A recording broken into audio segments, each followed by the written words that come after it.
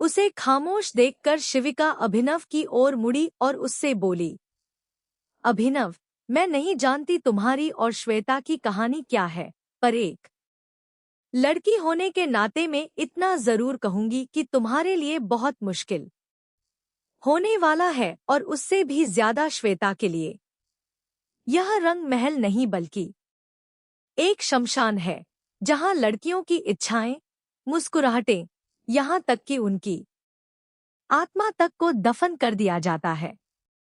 मैं नहीं जानती थी कि तुम श्वेता के लिए क्या फील करते हैं और वो तुम्हें प्यार करती है या नहीं, पर इतना जरूर कहूंगी कि उसे इस वक्त अपने परिवार की जरूरत है, उसके जख्मों पर प्यार के मरहम की जरूरत है।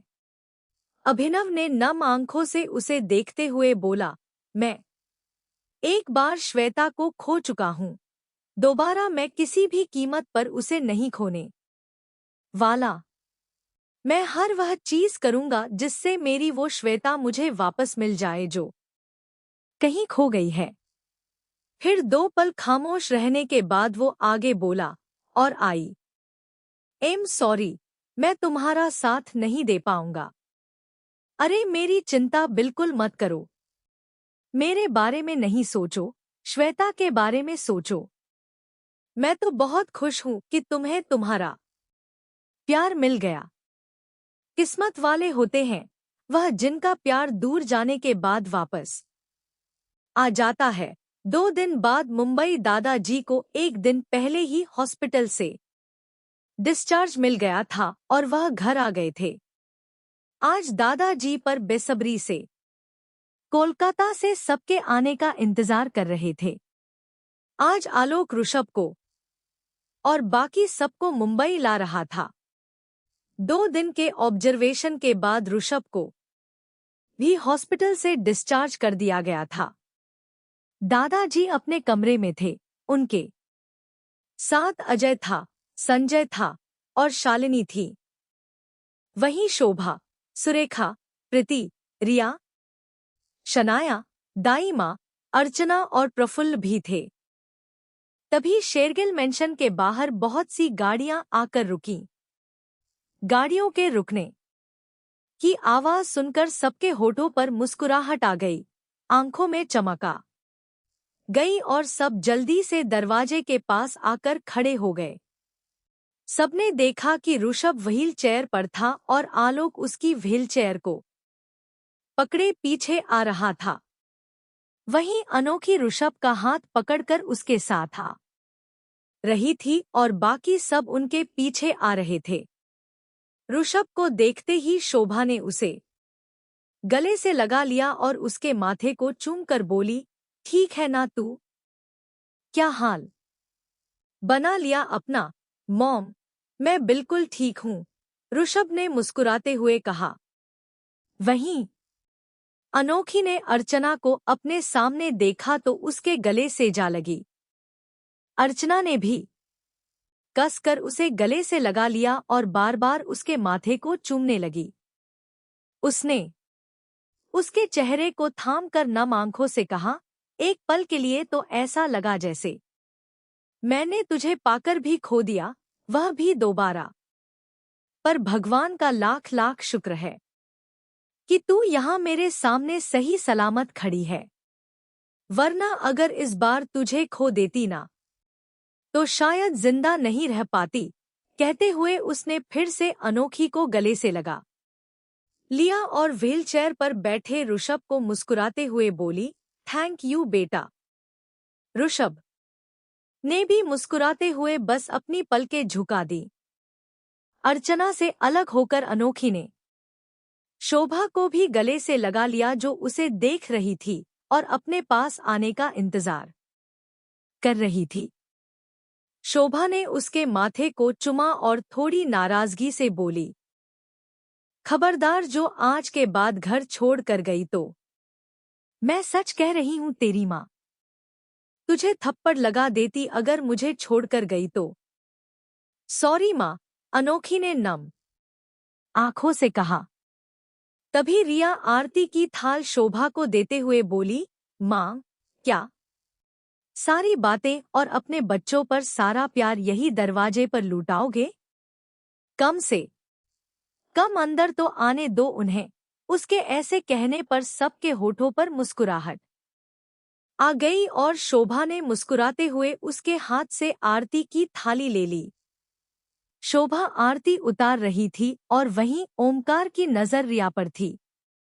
वह कभी उसे देख रही थी तो कभी अपनी नजरें फेर ले रही थी। वहीं ओमकार को रिया का बर्ताव कुछ समझ नहीं आ रहा था कि आखिर वह ऐसा कर क्यों रही है। फिर सब अंदर आ गए। ऋषभ ने जब अजय, दादाजी, संजय और शालिनी को नहीं देखा तो उसने शोभा से पूछा, मॉम, दादाजी का?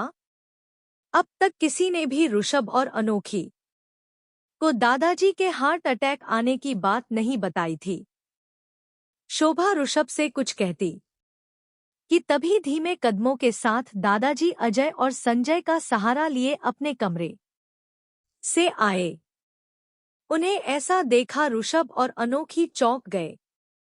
अनोखी जल्दी से दादाजी के पास आई और उन्हें देखते हुए बोली, दादाजी, आपको क्या हो गया?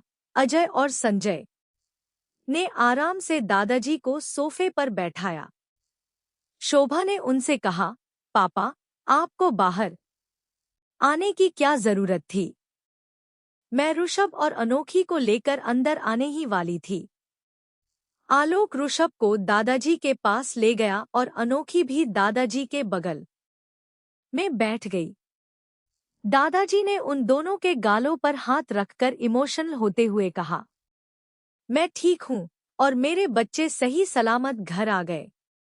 उन्हें सही सलामत देखकर तो अब मैं और ठीक हो जाऊंगा। पर हुआ क्या था? ऋषभ ने आलोक को देख पूछा। उसकी आवाज इस वक्त सख्त थी, जिसे देख सब समझ गए कि उसे सब कुछ सच जानना है। आलोक में फिर उसे दादाजी के हार्ट अटैक आने की बात बता दी। आलोक की बात सुन अनोखी की आंखें नम हो गई। ऋषभ की आंखों को भी देख लग रहा था जैसे वह भी थोड़ा इमोशनल हो गया। अनोखी दादाजी का हाथ थाम कर भरी आवाज में बोली, सॉरी दादाजी, सब मेरी गलती है। सब मेरी वजह से हुआ। अगर मैं बिना बताए घर छोड़कर नहीं जाती तो ऋषभ जी मेरे पीछे नहीं आते, अनंत सेठ ही मुझे नहीं ले जाता। ऋषभ जी की जान खतरे में नहीं आती और ना ही आपको हार्ट अटैक आता। दादाजी ने उसके गाल पर हाथ रखकर कहा, बिल्कुल भी नहीं अनोखी बेटा। तुम अपनी आदत छोड़ दो, हर सिचुएशन के लिए खुद को जिम्मेदार मानने की आदत। किसी के भी लिए तुम जिम्मेदार नहीं हो। ना अर्चना के साथ जो हुआ उसके लिए, ना ऋषभ के साथ जो हुआ उसके लिए, और मेरे लिए तो बिल्कुल भी नहीं। इसलिए अगर तू अपने दादाजी से थोड़ा सा भी प्यार करती है तो आगे से कभी भी किसी भी बात के लिए अपने आप को जिम्मेदार मत ठहरना। तुम किसी के जिंदगी की गलती या दुख की वजह नहीं हो, बल्कि तू हम सब के जीवन का वो सूरज हो जिसने आते ही सबके जीवन में खुशियों का उजाला कर दिया। दादाजी की बात सुन अनोखी की आंखों की नवमी आंसुओं में बदल गई। दादाजी की बात सुनो, अनोखी की आंखों से आंसू बहने लगे। उसने दादाजी को गले लगाकर कहा, नहीं दादाजी, मैं आपसे थोड़ा प्यार करती हूँ। मैं आपकी हर बात मानूंगी। मुस्कुराते हुए तो दादाजी ने मुस्कुराते हुए उसके सर पर अपना हाथ रख दिया। ऋषभ अर्चना के पास आया और उसे देखते ही बोला, सबको उनके किए की सजा मिली है। मैंने अपनों के साथ गलत किया था, उसकी सजा भी मुझे मिल गई। पर अनजाने में तो आपके साथ भी गलत किया ही था। मैंने आप भी मुझे सजा दे दो। पर मुझे आपकी हर सजा मंजूर है, पर हम सजा के तौर पर मुझे अनोखी से दूर मत करना, क्योंकि वह मैं नहीं कर सकता इस जन्म में। क्या अगले 7 जन्म में यह मुझे नहीं होगा। इसलिए आपकी दी हुई हर सजा मंजूर है। सब उसे देखने लगे।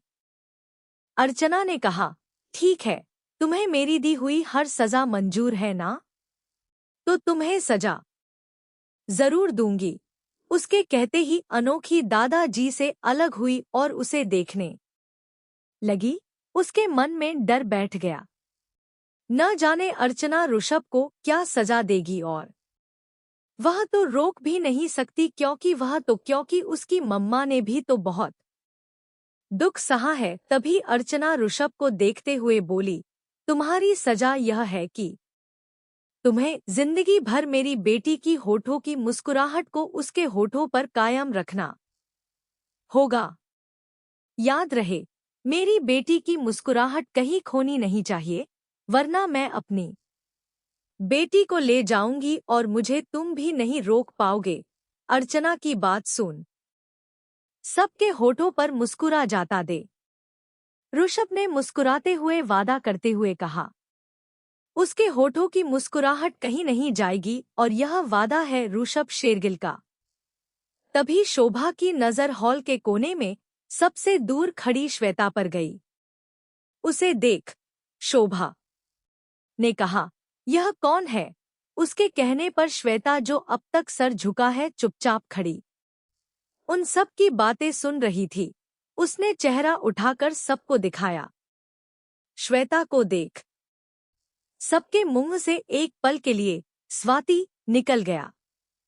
तभी अनोखी श्वेता के पास आई और उसका हाथ पकड़कर उसे सबके पास लाते हुए बोली, माँ, यह स्वाति दीदी नहीं, श्वेता दीदी है। स्वाति दीदी की बहन। क्या? पर कैसे? सबने हैरानी से पूछा। सबको यही पता था कि स्वाति की बहन की मौत हो गई है। तभी अनोखी ने सबको सब कुछ बताया। रंग महल में हुई एक घटना के साथ हुई उसकी बात, और मीना रानी और मिनल की मदद से उसने जैसे उन आदमियों को मारा, सब बातें सब को बताई। अनोखी की बात सुनकर सब श्वेता को देखने लगे। सबको बहुत बुरा लग रहा था, सब जानकर।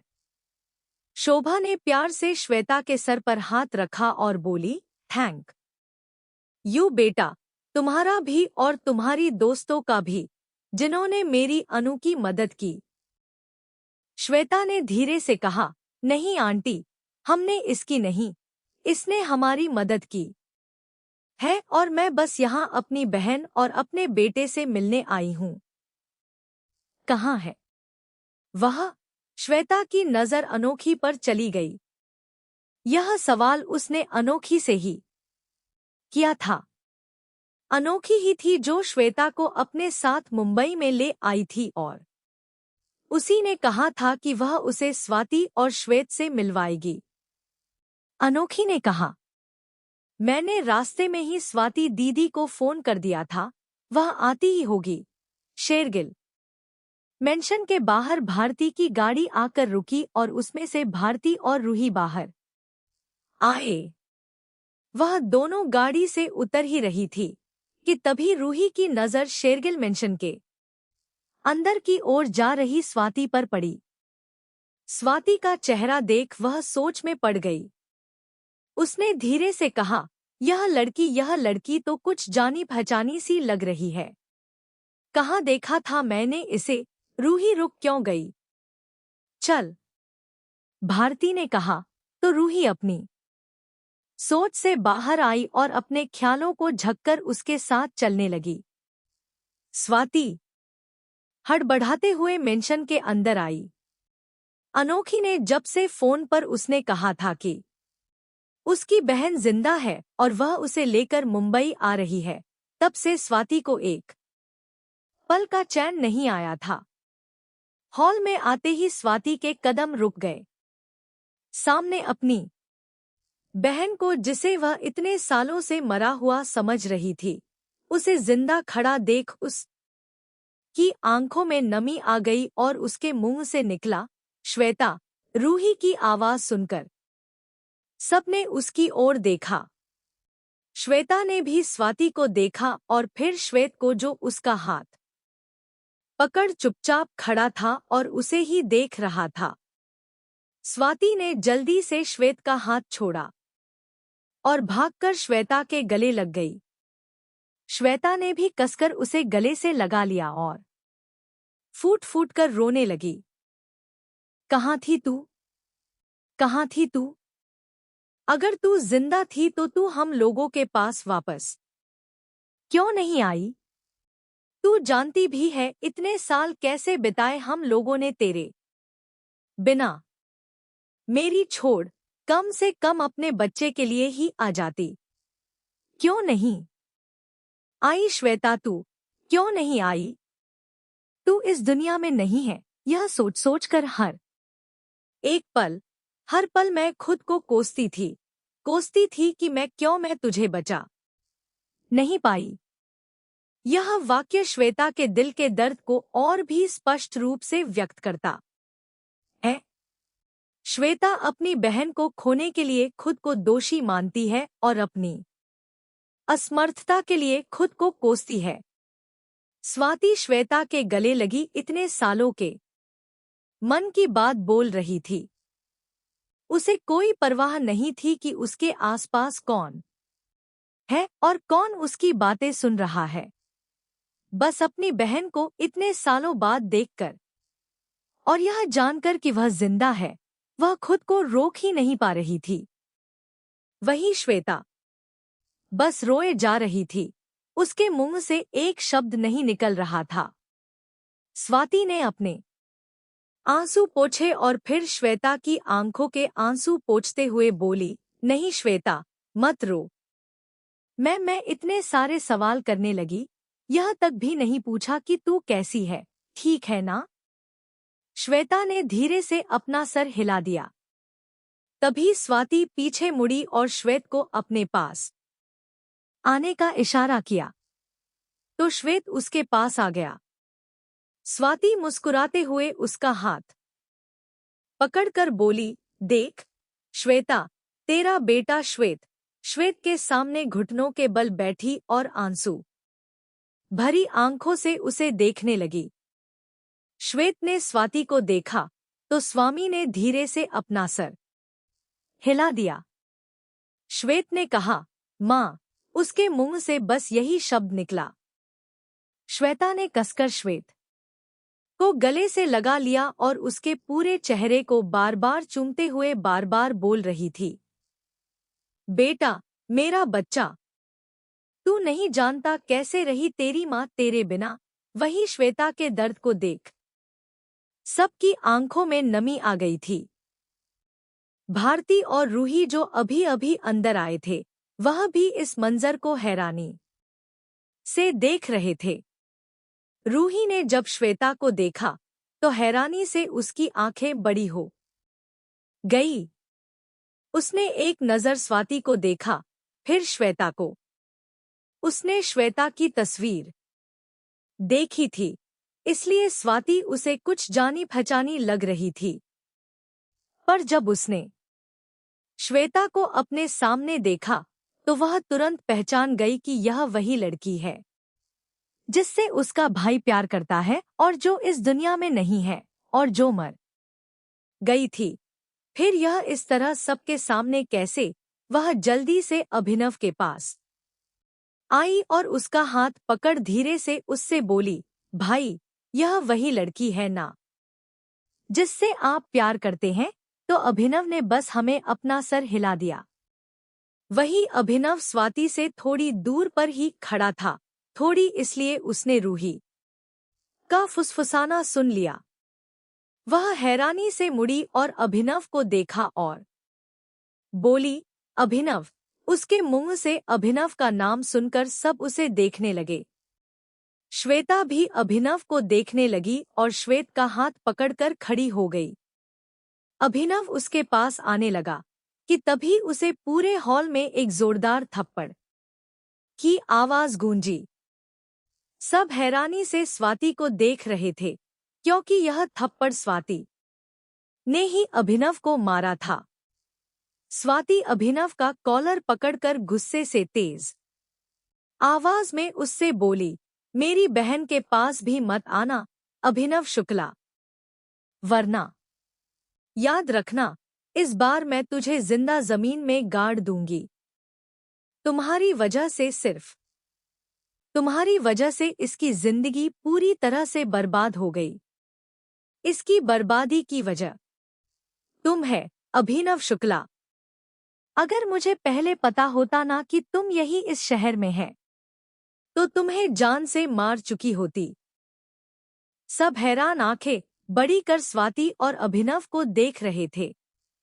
किसी को भी स्वामी की बात समझ में नहीं आ रही थी, सिवाय श्वेता, अभिनव और रूही के बीच में।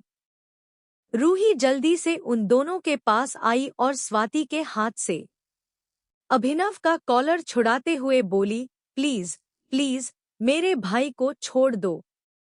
भाई ने कुछ गलत नहीं किया था, वह मजबूर थे, इसलिए नहीं आ पाए थे। रूही बहुत कोशिश कर रही थी, लेकिन स्वाति की पकड़ अभिनव के कॉलर पर पूरी तरह से कसी हुई थी, जिससे वह चाहकर भी छुड़ा नहीं पा रही थी। वही अभिनव बस श्वेता को देख रहा था, जो नजरें झुकाए वहां खड़ी थी।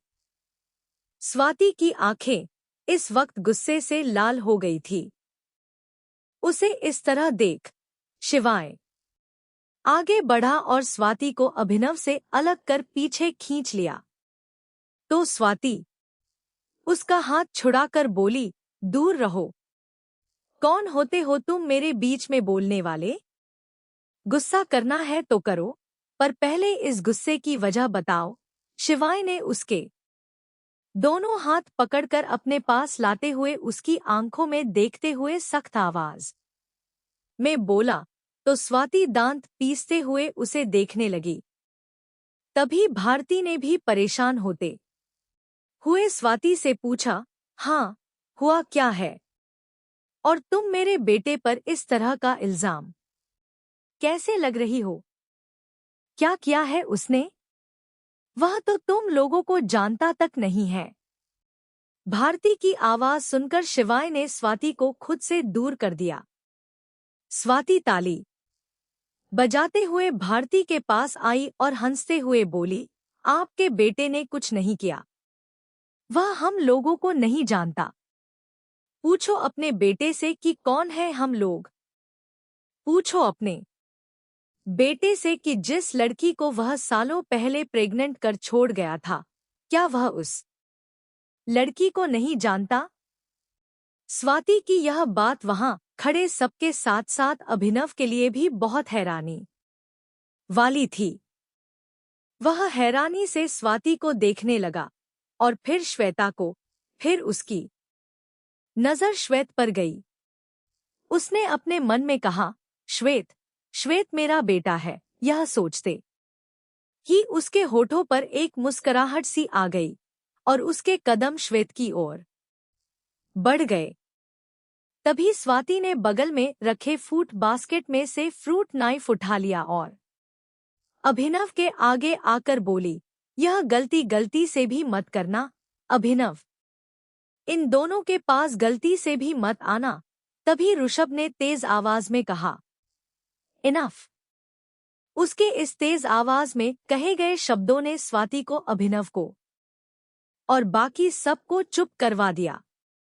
सबके खामोश होने के बाद ऋषभ ने दाई माँ को देखकर कहा, दाई माँ, आप श्वेत को लेकर अंदर जाओ और दादाजी आप भी जाओ, आराम करो। हाँ पापा, आप भी थोड़ा आराम कर लो। बोल।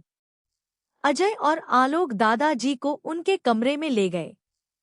वहीं दाई माँ श्वेत के पास आई और उससे प्यार से बोली, चलो बेटा मेरे साथ, मैं तुम्हें अच्छा सा नाश्ता करवाती हूँ।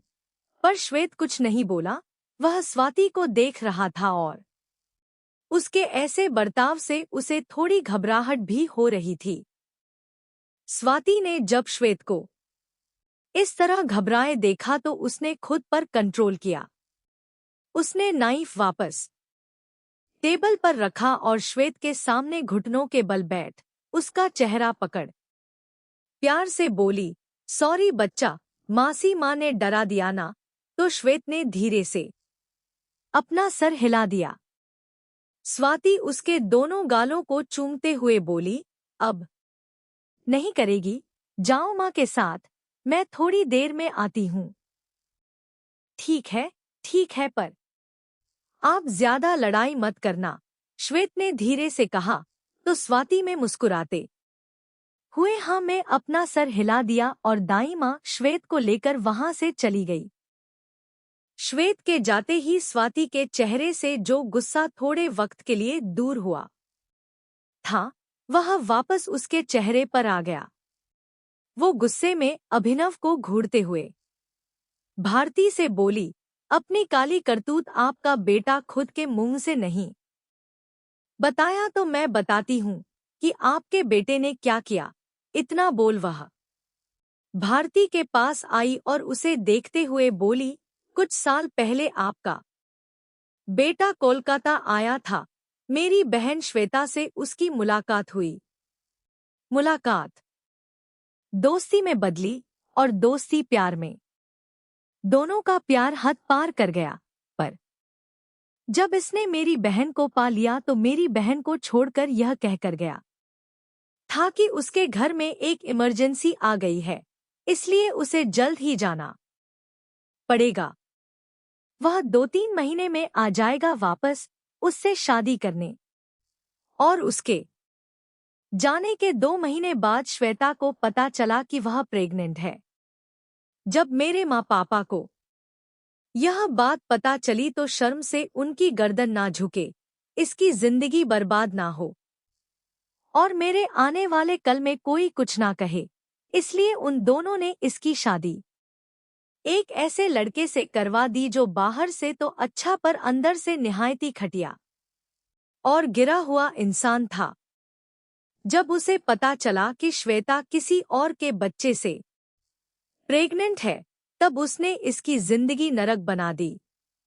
अपने दोस्तों को घर ले आया था इसकी जिंदगी बर्बाद करने के लिए। तब मैं इसे बचकर घर लेकर आई। अगर नहीं गई होती तो न जाने क्या होता। श्वेत तो इस दुनिया में आता ही नहीं। पर इन सबके बाद में वह कमीना सुधार नहीं। बार बार खड़ा घर आकर अपने दोस्तों के साथ हम दोनों को परेशान करता था। श्वेत के पैदा होने के 2 महीने बाद वह फिर एक दिन आया अपने साथ 5 से 6 लोगों को लेकर और इन सबके बीच घर में आग लग गई। श्वेता ने मुझे और श्वेत को तो बचा लिया था, पर खुद अंदर रह गई थी। पर मुझसे वादा ले गई थी कि मैं श्वेत को किसी भी तरह से बचाऊंगी और खुद को भी। अपनी बहन को आग के अंदर देखा था मैंने, पर अपने गोद में ली हुई उस नन्ही सी जान को बचाने के लिए मैं उसे उस आग में छोड़कर चली गई। और यह एक बात मेरे दिल में हर दिन हर पल किसी खंजर की तरह छुपती थी कि मैं अपनी बहन को जलती हुई आग में छोड़ आई थी। पर मुझे नहीं पता था कि श्वेता बच गई। पर उसका बचना मरने से कम नहीं था। वो उस आग से बचकर दूसरी आग में चली ही गई। स्वाति की आंखों से आंसू बह रहे थे, पर आवाज सिर्फ उसके दर्द की आ रही थी, श्वेता के दर्द की आ रही थी।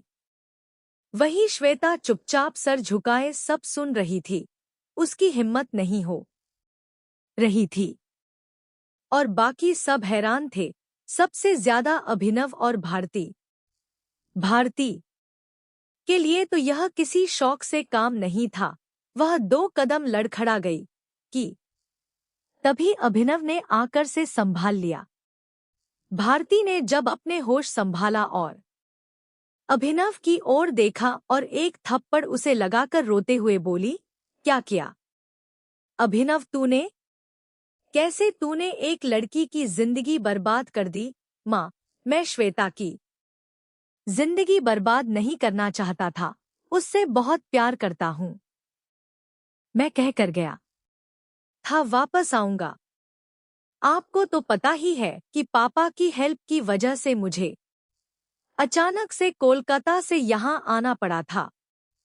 मुझे लगा मैं वापस 2-3 महीने में चला जाऊंगा, पर फिर मेरा एक्सीडेंट हो गया था और इसके आगे अभिनव कुछ बोल नहीं पा रहा था, उसका गला भर गया था।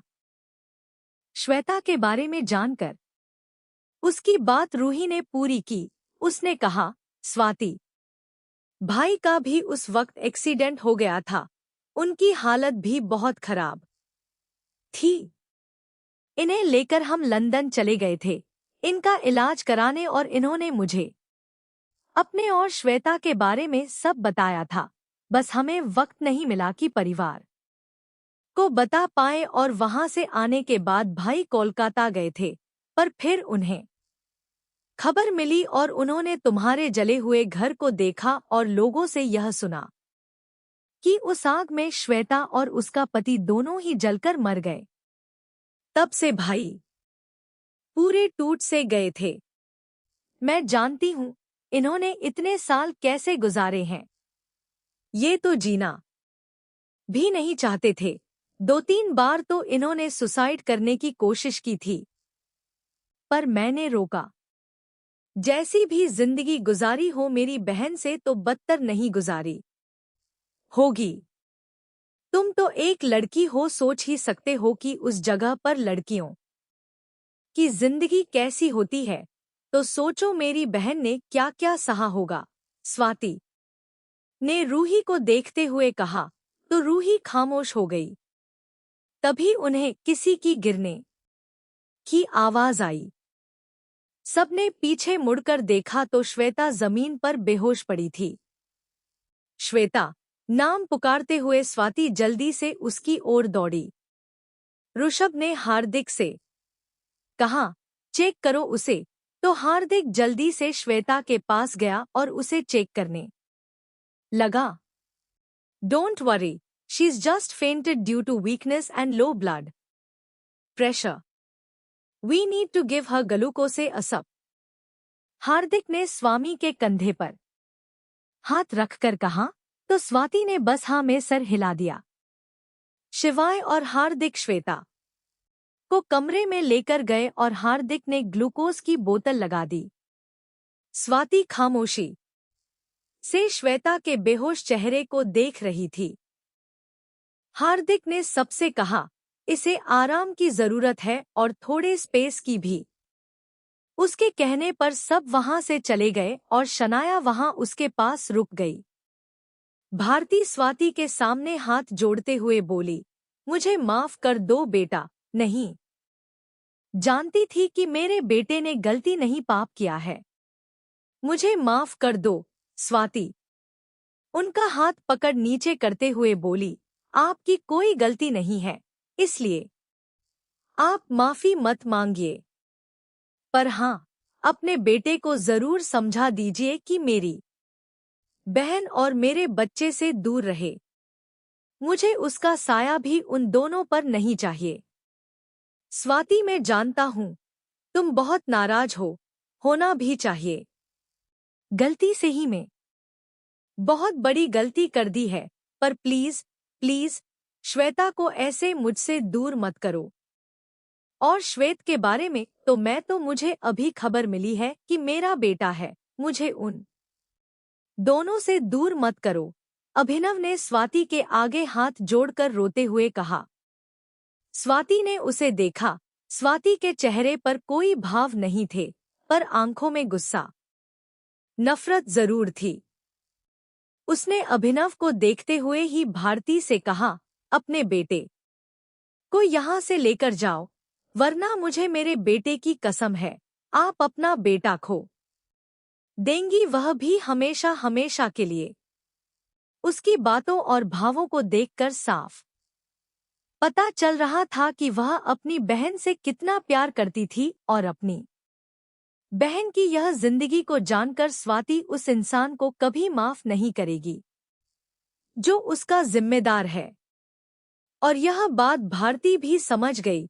उसने अभिनव का हाथ पकड़ से ले जाने लगी तो अभिनव बोला, नहीं माँ, मैं नहीं जाऊंगा श्वेता को छोड़कर कभी। रूही बोली, भाई भाई, अभी के लिए चलो प्लीजा। पर अभिनव फिर भी जाने को तैयार नहीं था। श्वेता वहां से मुड़कर स्वाति के कमरे में चली गई थी। शिवाय अभिनव के कंधे पर हाथ रखकर बोला, अभिनव, अभी उससे बात करके कोई फायदा नहीं है, वह किसी की नहीं सुनेगी और इस वक्त तुम भी बहुत इमोशनल हो। अभिनव फिर भी जाने को तैयार नहीं था तो भारती और रूही अभिनव को वहां से ले गए। घर में पूरी शांति हो गई थी। किसी को कुछ समझ नहीं आ रहा था कि क्या कहें। सबके दिमाग में श्वेता की ही बातें चल रही थी। श्वेता ने क्या क्या सहा होगा, वह सब चल रहा था। ऋषभ नैना से उठाकर अनोखी को देखा जो उसके बगल में खड़ी न जाने जमीन को देख क्या सोच रही थी। उसकी आंखों में नमी थी। ऋषभ ने अनोखी का हाथ थामा तो अनोखी ने ऋषभ से देखने लगी। 2 पल देखने के बाद अनोखी ने ऋषभ से कहा, श्वेता दीदी और स्वाति दीदी आज यही रहेगी, प्लीज। उसकी बात सुनकर ऋषभ ने हाँ में सर हिलाया। स्वाति श्वेता के पास बैठी उसका हाथ थामे हुए उसे ही देख रही। उसने खुद से कहा, मैं क्या करूं श्वेता, ऐसा क्या करूं कि तेरी जिंदगी का सारा दर्द खत्म हो जाए। मुझे बस कोई एक बार कह दे कि स्वाति, यह कर तो श्वेता की जिंदगी के सारे दर्द मिट जाएंगे। तो तेरी कसम, मैं अपनी जान तक दे दूं। कैसे कैसे भगवान हमारे साथ इतना बुरा कर सकते हैं। तूने तो कभी किसी का बुरा नहीं चाहा। बुरा छोड़ो, तूने तो आज तक कभी किसी से ऊंची आवाज में बात तक नहीं की थी। तू मेरी तरह नहीं थी लड़ने वाली, सबसे झगड़ा करने वाली। तो क्यों तेरे साथ ऐसा हो गया। कैसे जी होगी तू उस दलदल में, कैसे तूने सांस लिया होगा, मैं सोच भी नहीं पा रही हूं। और तू जिंदगी की गई डॉट कमरे के बाहर खड़ा शिवाय स्वाति को देख रहा था और उसकी सारी बातें सुन रहा था। और उसके पीछे खड़ा रोहित शिवाय को देख रहा था। रोहित ने उसके कंधे पर हाथ रखकर कहा, तेरी बंदी बहुत स्ट्रांग है शिवाय। वह खुद को संभालने के साथ साथ अपने आसपास के लोगों को संभालना जानती है। उसकी बात पर शिवाय ने स्वाति को देखते हुए कहा, जानता हूं बहुत स्ट्रांग है, पर है तो इंसान ही ना जाने कैसी किस्मत थी इन दोनों बहनों की जो एक दलदल में जिंदा लाश बनकर जी रही थी और दूसरी अफसोस के साथ जीते जी मर रही थी। शिवाय की बात सुनकर रोहित ने एक गहरी सांस ली। इन दोनों बहनों के लिए क्या कहे, कुछ भी कहने के लिए किसी के पास कोई शब्द नहीं थे। फिर वह दोनों वहां से चले गए। तभी स्वाति ने देखा श्वेता को होश आ रहा था तो उसने जल्दी से अपनी आंखों के आंसू पूछे और खुद को ठीक कर मुस्कुराते हुए उसे देखने लगी। श्वेता ने धीरे धीरे अपनी आंखें खोलीं और अपनी आंखों के सामने स्वाति को देखा। वो बिना अपनी पलकें झुकाए उसे देखने लगी और फिर जल्दी से स्वाति को गले से लगा लिया। स्वाति उसकी पीठ को सहलाते हुए बोली, सब ठीक है श्वेता, सब ठीक है। श्वेता ने कहा, मुझे तो लगा कि मैं कोई सपना देख रही हूँ। स्वाति, यह सपना नहीं, हकीकत है। तू वापस आ गई है श्वेता, अपने परिवार के पास। तभी दाई माँ श्वेत को लेकर कमरे के अंदर आई। दाई माँ ने श्वेता के सर पर हाथ रखकर पूछा, अब कैसा लग रहा है बेटा?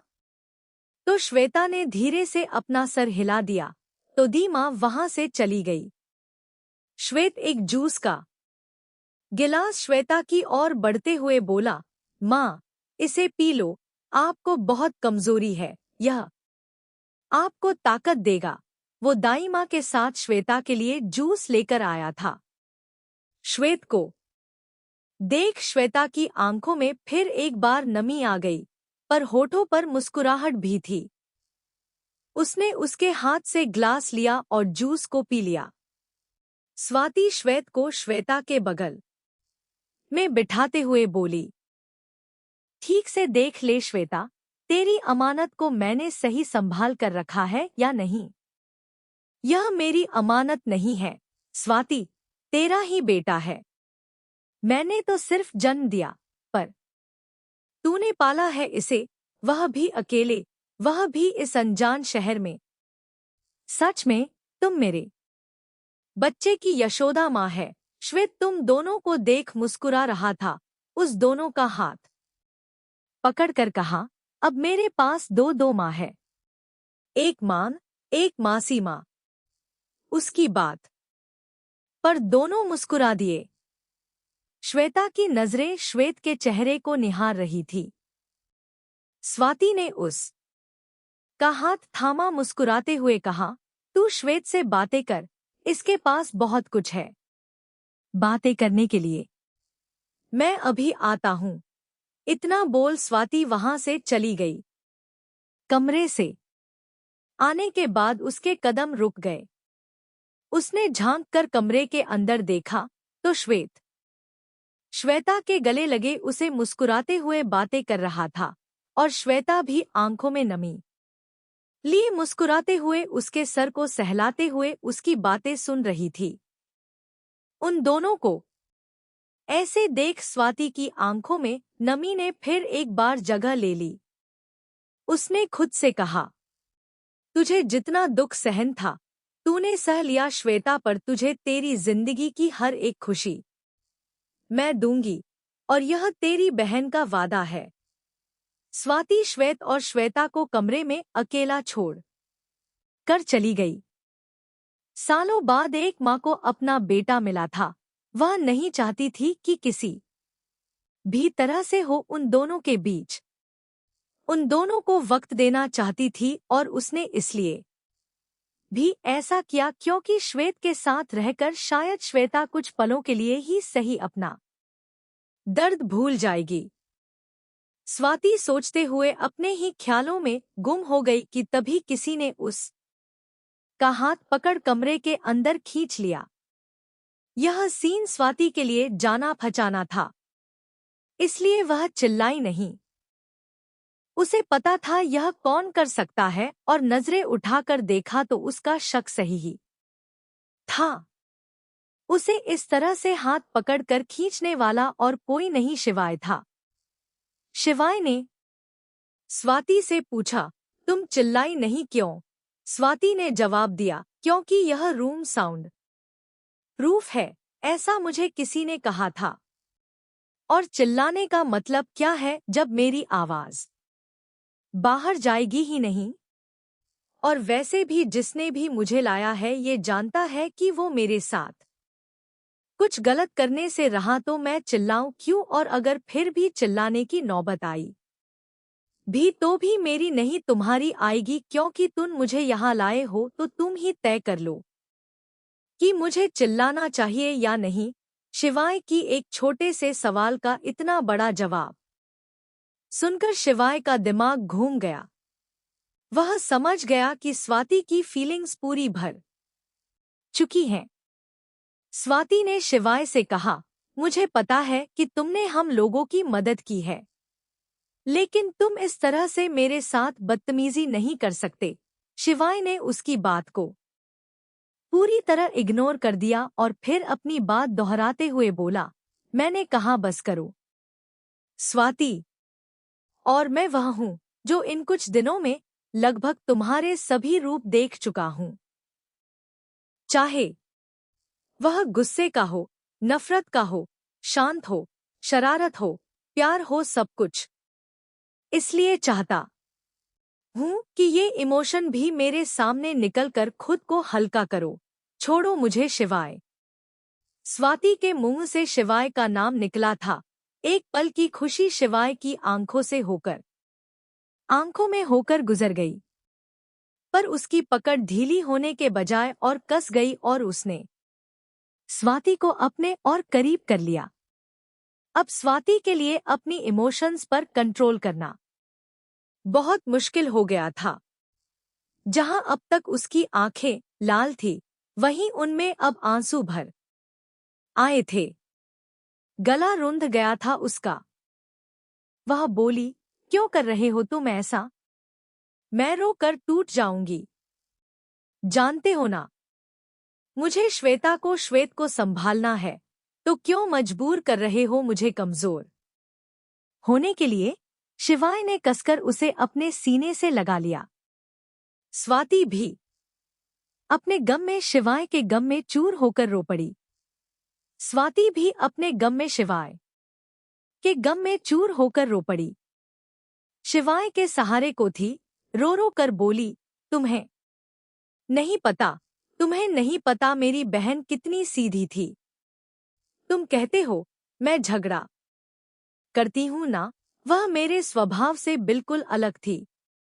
मैं जहां लड़ती थी सब पर चिल्लाती रहती थी, बात बात पर सबसे पंगे ले लेती थी।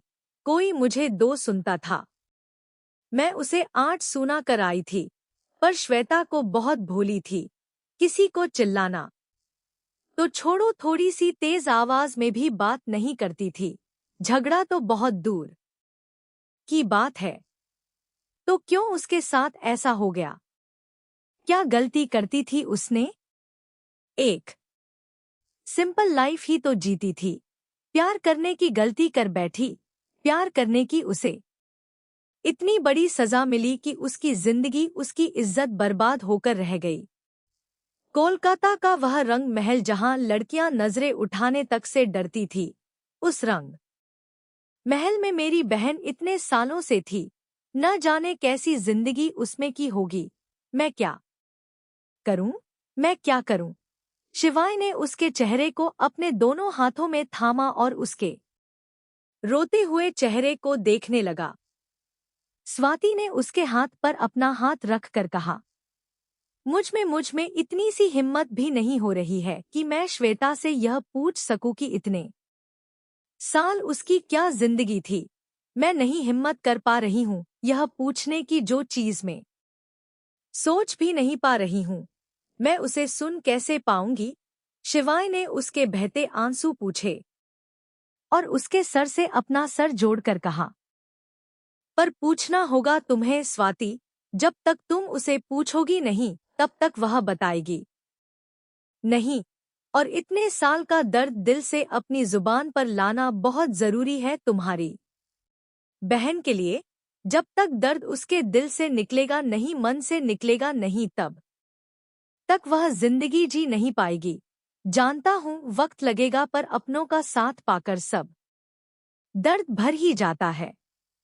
नहीं कर सकती, मुझ में इतनी हिम्मत नहीं है। स्वाति ने ना में सर हिलाकर रोते हुए कहा। तो शिवाय उसकी आंखों में देखकर बोला, तुम सब कर सकती हो, क्योंकि जिस स्वाति को मैं जानता हूँ ना, वह शेरनी है। वह कमजोर पड़ना नहीं जानती, दहाड़ना जानती है। तुम वह शेरनी हो जो कोई तुम्हें हाथ भी लगा देना तो तुम उसका हाथ उसके शरीर से अलग कर दो। तुम वह शेरनी हो जो अपने बेटे के लिए कुछ भी कर सकती है, फिर भले उस शिवाय परिमल से पंगा ही क्यों ना लेना पड़े।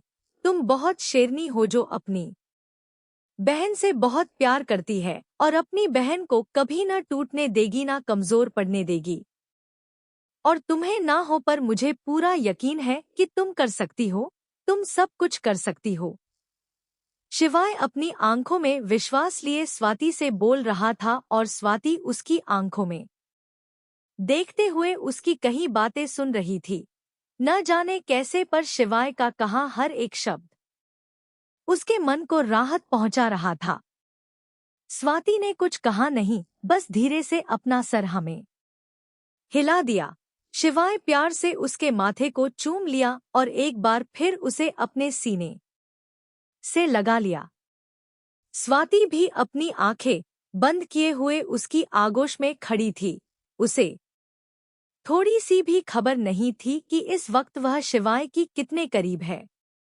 इतने करीब है कि वह शिवाय की धड़कनों को सुन पा रही थी और शिवाय उसकी।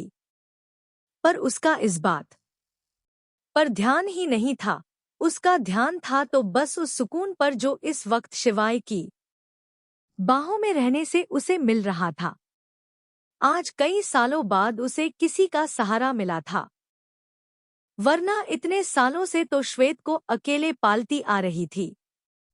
स्वाति भूली गई थी कि जब किसी का सहारा मिलता है, किसी का साथ मिलता है तो कैसा महसूस होता है। वह दोनों बहुत देर तक एक दूसरे की बाहों में आंखें बंद किए हुए सुकून से खड़े थे। तभी बाहर तेज हवा चलने से खिड़की के दरवाजे आपस में टकराए और उस दरवाजे की आवाज सुनकर दोनों की आंखें खुल गईं। एक दूसरे को इस तरह एक दूसरे की बाहों में देखकर दोनों एक पल के लिए झेप गए। शिवाय ने धीरे से स्वाति के कंधे और कमर से अपना हाथ हटाया और स्वाति उससे अलग हुई। स्वाति अपने बालों को कान के पीछे करते हुए नजर झुकाए खड़ी थी और शिवाय यहाँ वहाँ देख रहा था।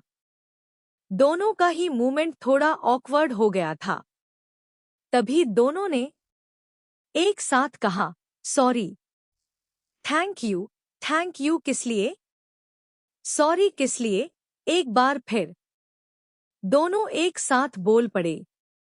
दोनों ने ही कसकर अपनी आंखें बंद कर ली और एक दूसरे से चेहरा फेर लिया। स्वाति ने गहरी सांस ली और शिवाय को देखकर बोली, तुम सॉरी किस लिए कह रहे हो? शिवाय यहाँ वहाँ देखते हुए बोला, तुम्हें इस तरह अपने कमरे में ले आया और बिना इजाजत के तुम्हें छुआ इसलिए सॉरी। तो स्वाति ने कुछ नहीं कहा और शिवाय ने उससे पूछा, और तुम्हारा थैंक यू किस लिए? मेरी बहन को बचाने के लिए। सच में आप सब में मेरी बहन को वापस लाकर बहुत बड़ा एहसान। ये एहसान कभी नहीं भूलूंगी। Thank you so much. उसमें एहसान वाली कोई बात नहीं है। शिवाय ने बस इतना ही कहा तो स्वाति वहां से जाने लगी। तभी अनजाने में ही उसका हाथ टेबल से टकरा गया और टेबल पर रखी फाइल खुलकर नीचे जमीन पर गिर गई और उस फाइल के गिरते ही उसमें रखे श्वेत, स्वाति और श्वेता की फोटो भी स्वाति के पैरों के पास आ गई। ये वही फाइल थी जिसमें स्वाति की सारी इन्फॉर्मेशन थी। वह फोटो देख स्वाति चौंक गई और साथ ही साथ शिवाय भी। वह उस फाइल को उठाने के लिए आगे बढ़ा पर तब तक स्वाति ने उन सारी फोटोज को और फाइल को उठा लिया था। स्वाति, मैं तुम्हें एक्सप्लेन करता हूँ कि यह सारी फोटो मेरे पास क्यों है। शिवाय ने स्वाति को समझाना चाहा क्योंकि वो जानता था कि यह सारी फोटोज और उस की इन्फॉर्मेशन की फाइल उसके कमरे में देखकर स्वाति जरूर से गलत समझ लेगी। लेकिन स्वाति के कहे गए शब्दों में उसे हैरान कर दिया। स्वाति का चेहरा एकदम शांत था। उसने नजरें उठाकर उसे देखा और शांत भाव से बोली, तुम मुझसे प्यार करते हो शिवाय? शिवाय चौंक गया और वह कुछ बोल नहीं पाया। स्वाति ने फिर उससे पूछा, शिवाय, क्या तुम मुझसे प्यार करते हो? उसके दोबारा पूछने पर शिवाय ने अपनी हिम्मत बटोरी और हाँ में सर हिलाकर उसकी आंखों में देखते हुए कहा, हाँ मैं तुमसे प्यार करता हूँ। और शिवाय अपनी बात पूरी नहीं कर पाया। उसकी बात को स्वाति की हंसी ने रोक दिया। शिवाय की बात सुन स्वाति हंसने लगी थी और शिवाय कंफ्यूज हो गया था।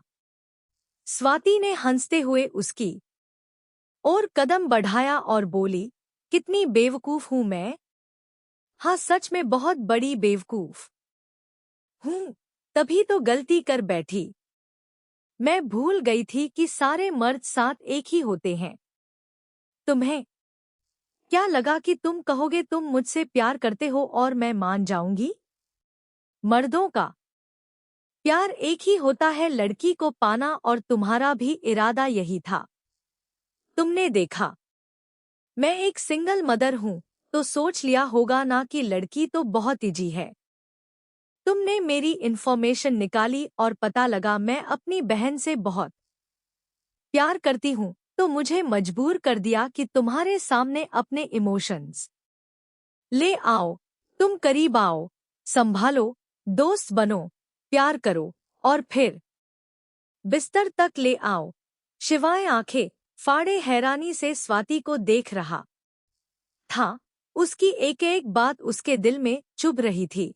तुम मुझे गलत समझ रही हो, कहते हुए शिवाय उसकी ओर आने लगा, तो स्वाति उसके मुंह पर वह फाइल मारते हुए बोली, गलत नहीं, मैं बिल्कुल सही समझ रही हूँ शिवाय परिमल।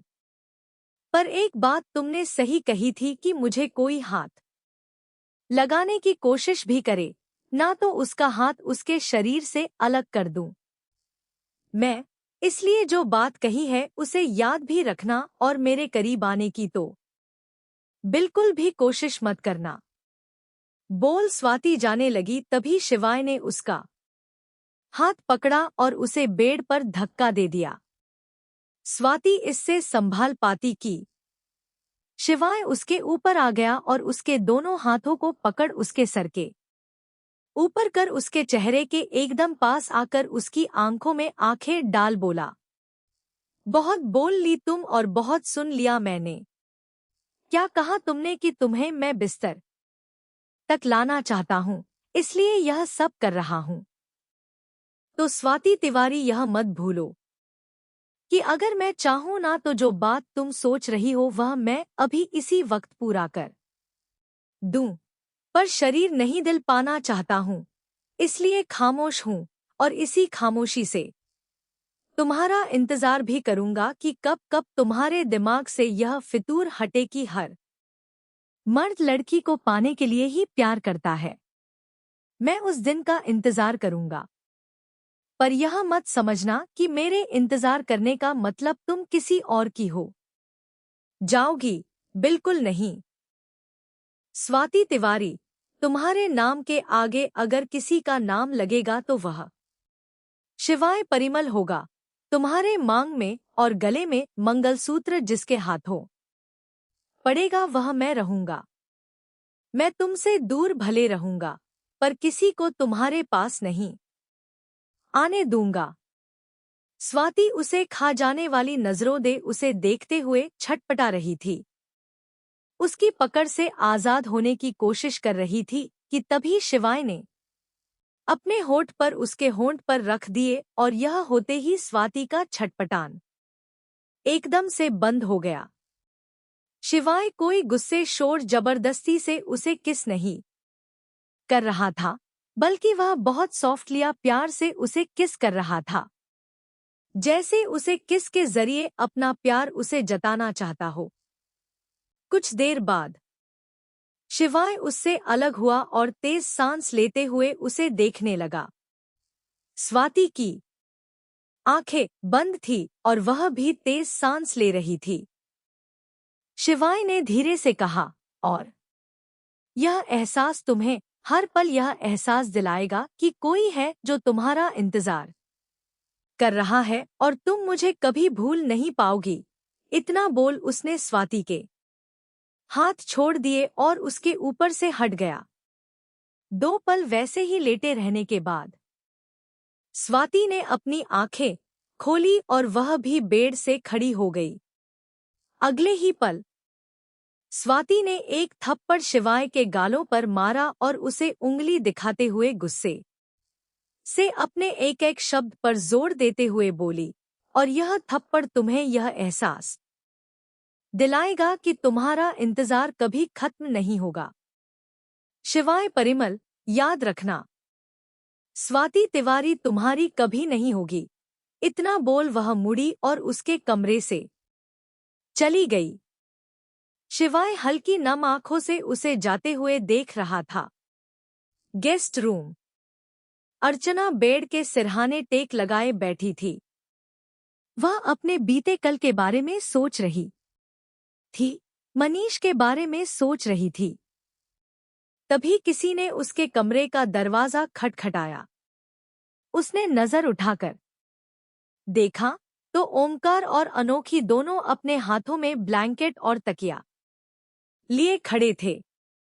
उन दोनों को देखकर अर्चना ने अपने आंसू पोंछे और दोनों से बोले, तुम दोनों यहाँ, क्या बात है?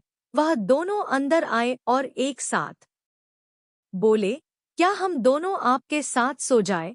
उन दोनों की बात सुनकर अर्चना मुस्कुरा दी और अपनी दोनों बाहें फैला दी तो ओमकार और अनोखी जल्दी से उसके पास आए और उसके बगल में बैठकर उसे गले से लगा लिया। अर्चना ने मुस्कुराते हुए अपनी आंखें बंद कर दी और दोनों का सर सहलाने लगी। फिर वह दोनों अर्चना के अगल-बगल सो गए और उसे कस के पकड़ लिया। अनोखी तो पूरा उससे लिपट गई थी। उसके कंधे पर उसका सर था। उसने थोड़ा इमोशनल होते हुए कहा, मैंने इस पल को बहुत इंतजार किया। उसकी बात सुन कर ओमकार और अर्चना देखने लगे। ओमकार ने उसके गाल पर हाथ रखकर कहा, तो अब आंखें बंद कर और इस पल को महसूस कर ले। इतना बोल उसने अनोखी की आंखें बंद कर दी। ऋषभ का कमरा। ऋषभ अपने बेड पर लेटे सीलिंग को गौर कर रहा था। उसकी आंखों में भी नींद नहीं थी। इस बार जब अनोखी ने अर्चना के कमरे में सोने की बात की तो ऋषभ को बिल्कुल गुस्सा नहीं आया। वह भी चाहता था कि उसकी कपकेक भी उसकी मम्मा को हग कर सोए और वैसे भी गोली के घाव की वजह से अनोखी उसे पढ़कर नहीं सो पाती और आज इतना सब कुछ हो गया था। वह जाता था कि उसकी कपकेक एक सुकून की नींद ले जो उसे अर्चना जरूर देती। वह इन्हीं सब ख्यालों में गुम था कि तभी कोई उसके कमरे में आ गया और वह भी बिना दरवाजा नॉक किए। ऋषभ ने आंखें बंद कर एक गहरी सांस ली और दांत पीसते हुए कहा, तुझे पहले भी मना किया था ना, इस तरह मेरे कमरे में बना नॉक किए आया मत कर। विक्रम जो उसके कमरे में आया था वह ऋषभ के बगल में लेटते हुए बोला, अरे यार, एक तो मैं तेरी चिंता कर रहा हूं और तुम मुझे भाषण दे रहे हो। देख, मुझे तेरी कितनी फिक्र हो रही थी। मुझे जब पता चला कि तेरी कपकेक तुझे छोड़कर अपनी माँ के साथ सोने गई है तो मैं तेरे पास आ गया ताकि तुझे अकेलापन महसूस ना हो। ऋषभ ने उसकी बात पर कोई रिएक्ट नहीं किया और उसे घूरते हुए बोला, मेरे कमरे से जा। बिल्कुल भी नहीं, मैं तो आज यहीं पर सोऊंगा। कहते हुए विक्रम ने तो कंबल भी ओढ़ लिया। फिर कुछ सोचकर ऋषभ को देखते हुए बोला, देख, मैं तेरे बगल में सो रहा हूं। इसका मतलब यह नहीं कि तू नींद में मेरा फायदा उठा लें। पता चला सपने में मेरी प्रिंस को देखेगा और हकीकत में मुझे किस करेगा। ऐसे भी तेरा कोई भरोसा नहीं है। तू तो वर्जिन रहा नहीं पर मैं तो अभी भी हूं। इसलिए मेरी इज्जत का ख्याल कर लेना। तू यह बकवास बातें करने आया है यहाँ पर। ऋषभ ने कहा। उसे बहुत गुस्सा आ गया था विक्रम की इस बकवास बात पर। विक्रम ने हंसते हुए कहा, अरे नहीं यार, मैं तो बस मजाक कर रहा था। मुझे पता है तुझे मेरी प्रिंसेस के अलावा किसी और में इंटरेस्ट नहीं है। और रही बात बकवास बात की तो चल थोड़ा सीरियस बात कर लेते हैं। फिर कहते हुए अचानक से विक्रम का चेहरा थोड़ा सीरियस हो गया। उसके एक्सप्रेशन चेंज देख ऋषभ में धीरे से पूछा, क्या बात करनी है?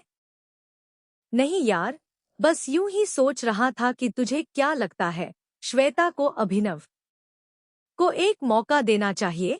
विक्रम ने अपने दोनों हाथ अपने सर के पीछे रख लिए और सीलिंग को देखते हुए ऋषभ के जवाब का इंतजार कर रहा था।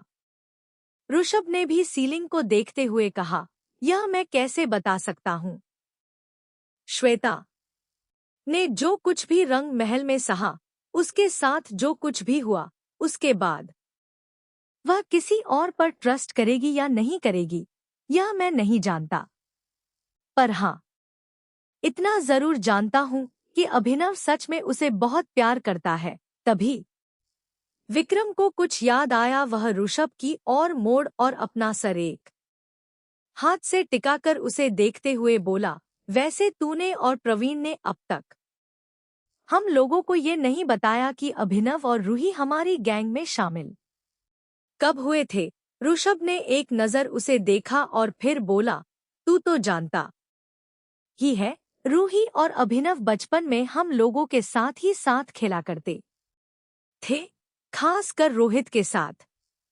इसलिए जब अभिनव बार बार सुसाइड करने की कोशिश कर रहा था, तब रूही ने मुझे फोन किया था, क्योंकि वह यह बात किसी और को नहीं बता सकती थी। मैंने अभिनव से कहा कि अगर मरना ही है तो अच्छे काम करके मारो, मौत को बेकार क्यों जाया कर रहे हो। विक्रम ने अपना सर अफसोस में हिलाते हुए कहा, सच में कितना हार्टलेस है ना तू। मतलब कोई मर रहा है तो उसे मरने से रोकने की बजाय तो उसे मरने के बेनिफिट बता रहा था। ऋषभ उसे घूरने लगा तो विक्रम चुप हो गया और बोला, कंटिन्यू। ऋषभ में आगे कहा, फिर अभिनव को जब पता चला कि मैं 7 रिंग्स का लीडर हूं तो उसने कहा कि वह मुझे ज्वाइन करना चाहता है। उसके ज्वाइंट करने के बाद मेरे जो भी सीक्रेट काम होते थे वह अभिनव ही मेरे लिए करता था। रूही को भी पता था कि अभिनव मेरे साथ ज्वाइन है तो वह भी आना चाहती थी, पर मैं और अभिनव दोनों ने उसे मना कर दिया। पर फिर भी उसने हमसे थोड़ा बहुत सीख ही लिया था, इसलिए मैंने उसे कपकेक के लिए उसकी पर्सनल बॉडीगार्ड के तौर पर कॉलेज में एज स्टूडेंट भेजा था। इसलिए ही मैं जानता हूं कि अभिनव श्वेता से बहुत प्यार करता है। एक गलती हो गई उससे, और उस गलती ने उसकी, श्वेता की, स्वाति की और श्वेत की जिंदगी को पलट कर रख दिया।